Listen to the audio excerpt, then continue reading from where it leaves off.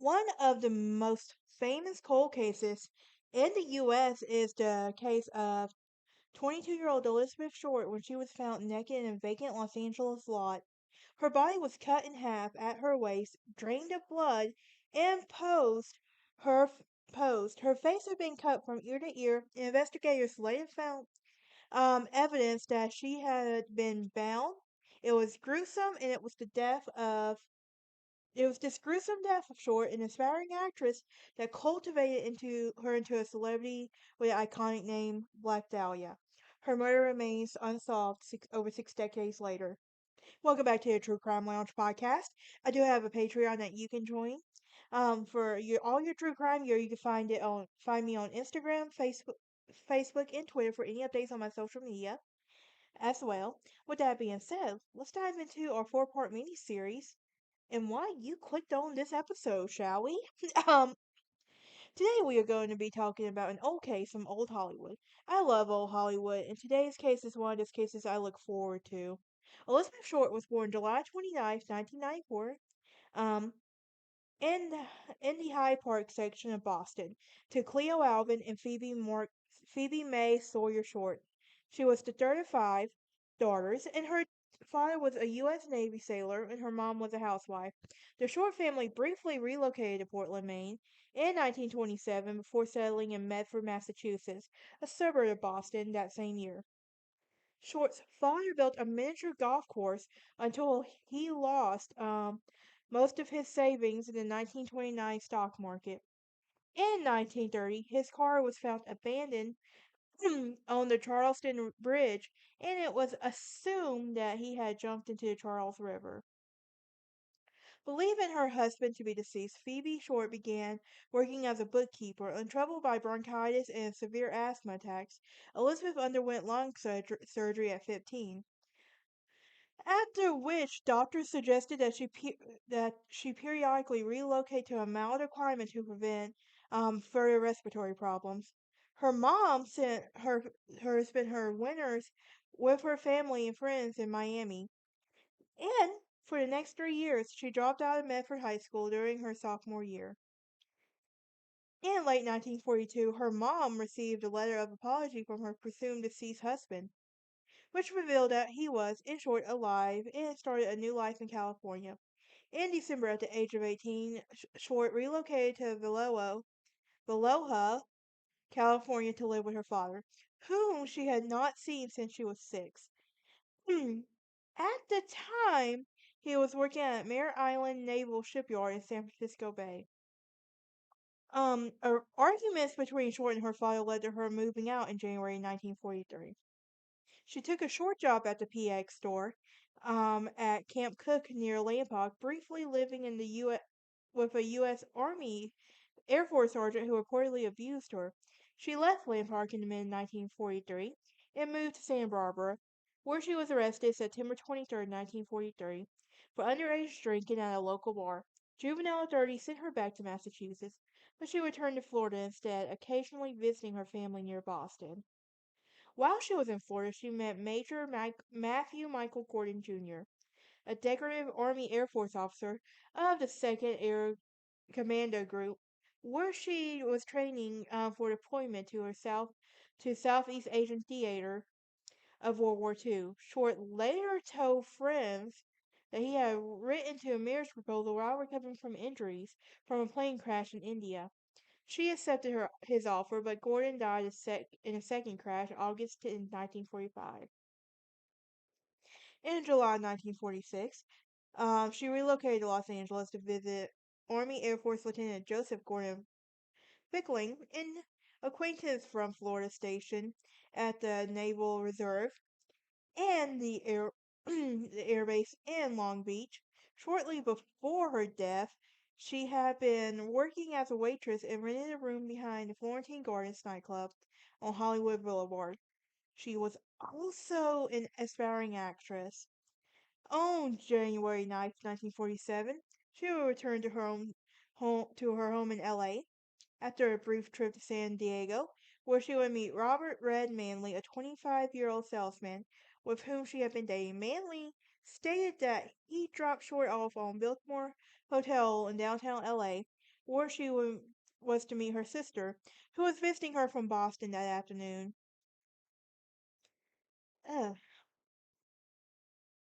So, by some accounts, staff at the Biltmore recalled having seen Short using a lobby telephone shortly after allegedly seen by the Crown Guild Cocktail Lounge patrons on 754 South Olive Street, less than a half a mile from the Biltmore. Just before 11 a.m. on January 15, 1947, a mom walking her child in the LA neighborhood found Short's naked body.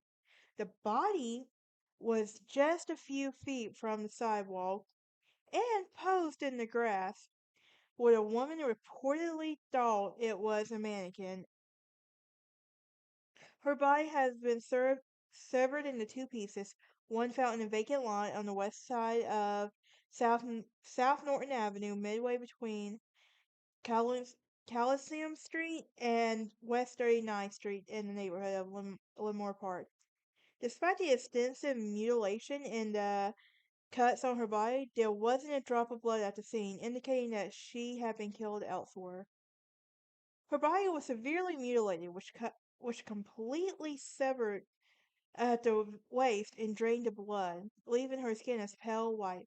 Medical examiners determined that she had been dead for around 10 hours before the discovery, leaving her death, time of death sometime between the evening of January 14th or the early morning of January 15th. The killer had washed the body, Short's face had been slashed, and I might go enjoy the pool. Sorry, got sidetracked for a minute. And creating a vase known as the Glasgow Smile. She has several cuts on her thighs and breast, and entire portions of flesh have been sliced away. The lower half of her body was positioned a foot away from the upper end. Her intestine has been tucked away beneath her buttocks. The corpse had been posed with her hands over her head and her elbows bent at right angles and her legs spread apart. She acquired the nickname of the Black Dahlia posthumously, as newspapers of the period often nicknamed particularly the lurid crimes. After discovering the LAPD began an extensive investigation that produced over 150 suspects, but no arrest. The the LA Herald Express reporter Augie Underwood was among the first to arrive and took several photos of the corpse and the crime scene. Near the body, detectives located a heel print on the ground amid the tire tracks and cement sack containing watery blood. An, an autopsy of her body was performed on January 16, 1947. That stated Short was 5 feet 5 inches tall, weighed 115 pounds, in her light blue eyes, brown hair, badly decayed teeth. There were ligature marks on her ankles, wrist, and neck, and a regular laceration of superficial loss on her right breast. It was noted that the superficial lacerations on the forearm, left upper arm, and lower left side of her chest. The body had been entirely cut in half by a technique taught in the 1930s called hemicorpony, with little bruising and incision line, and it had been formed after her death. The lacerations on each side of her case, which extended from the corners to her lips, where it was measured at 3 inches on the right side and 2.5 inches of her waist. The skull was not fractured, but the bruising noted on the front and right side of her scalp, with a small amount of bleeding inconsistent with the winds blown to her head. The case, the cause of death was determined to be hemorrhaging from the lacerations to her face and shock with the blows from her head to her face. Some signs suggested that she had been raped, but body samples testing for the presence of sperm were negative. She was identified after her fingerprints were sent to the FBI. Her fingerprints were on file from a 1943 arrest. Immediately following her identification, the reporters from Ralph Randolph's LA Examiner contacted her mom, Phoebe Short in Boston, and told her that her daughter had won a beauty contest. Only after prying for as much information as he could tell Phoebe did the reporters reveal that the Dahlia would have been murdered. The examiner also offered to pay Phoebe's airfare and accommodations if she would travel to Los Angeles and help the police with the investigation. However, none employed, since the newspaper kept her away from the police and other reporters to protect its scoop. The Examiner had Hearst newspaper in the Herald Express later sensationalized the case. When the Examiner's article describing the black tailor suit Short had been wearing, a tight skirt and sheer blouse, the media nicknamed her the Black Dahlia, described her as an adventuress who sprawled Hollywood Boulevard. Additional news reports, such as the one published in the LA Times on January 17th, deemed the murder as a sex fiend slaying. Short was interred at the Mount View Cemetery in Oakland, California. On January 21st, 1947, a person claiming to be Short's killer placed a call to the office of James Richardson and the editors of the Examiner, congratulating Richardson on the newspaper coverage of the case, stating that he planned to eventually turn himself in, but not before showing the police, uh, but not before allowing the police to pursue him.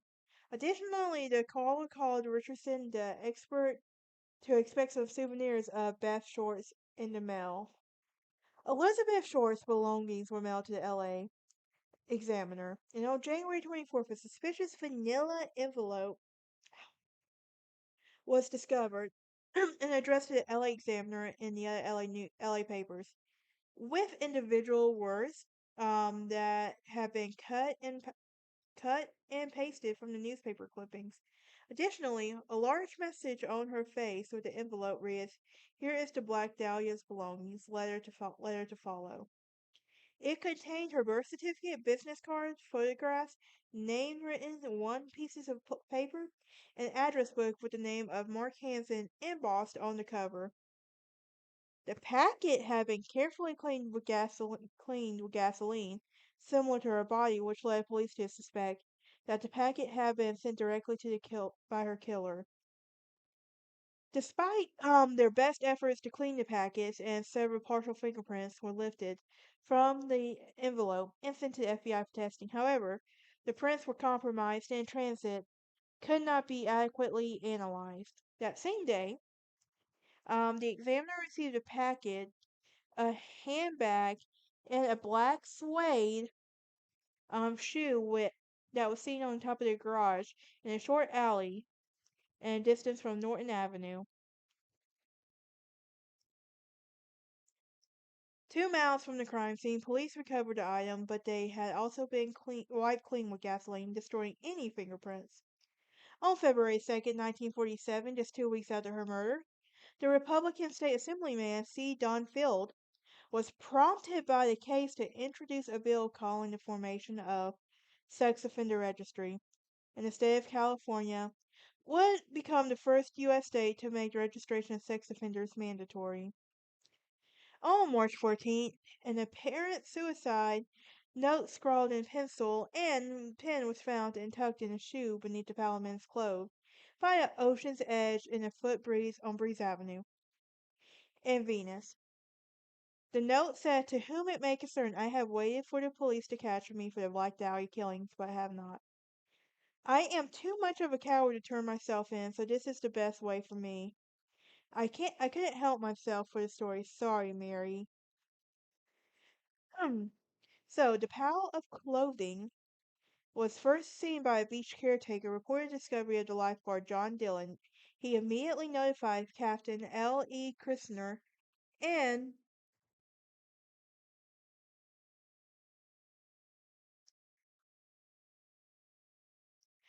um in West LA police station.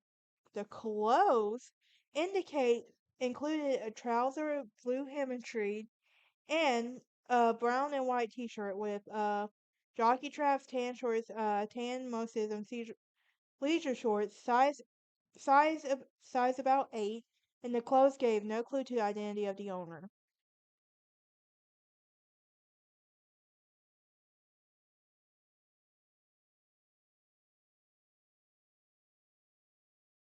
Now, police quickly deemed Mark Hansen, the owner of the address book in the packet, a suspect. Hansen was a wealthy local nightclub theater owner, acquaintance of whose home Short had stayed with friends, according to some sources. And Hansen also confirmed that the purse also discovered in Alley was in fact Short's.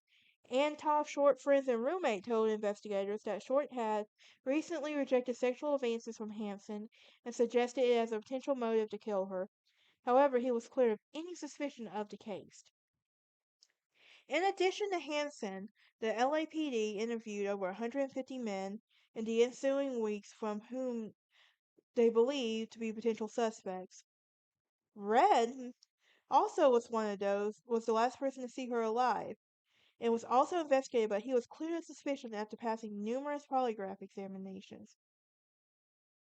Police also interviewed several people who was found listed in her address book, including Martin Lewis, who also had been an acquaintance of Short's. Lewis was able to provide an alibi for the day of Short's murder, as he was in Portland, Oregon, visiting his dying father-in-law.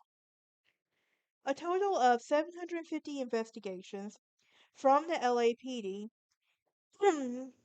departments worked in the case during its initial stages, including 400 sheriff's departments, 250 California State Patrol officers. Various locations were searched for potential evidence, including storm drains throughout LA, abandoned structures, and various sites along the LA River. But the searches yielded no further evidence. City Councilman Lloyd, Lloyd G. Davis posted a $10,000 reward for information leading to her killer. After the reward was announced, various people came forward with confessions, but most of the police dismissed as false. Several of the false confessions were charged with obstruction of justice. On January 26th, the examiner received another letter.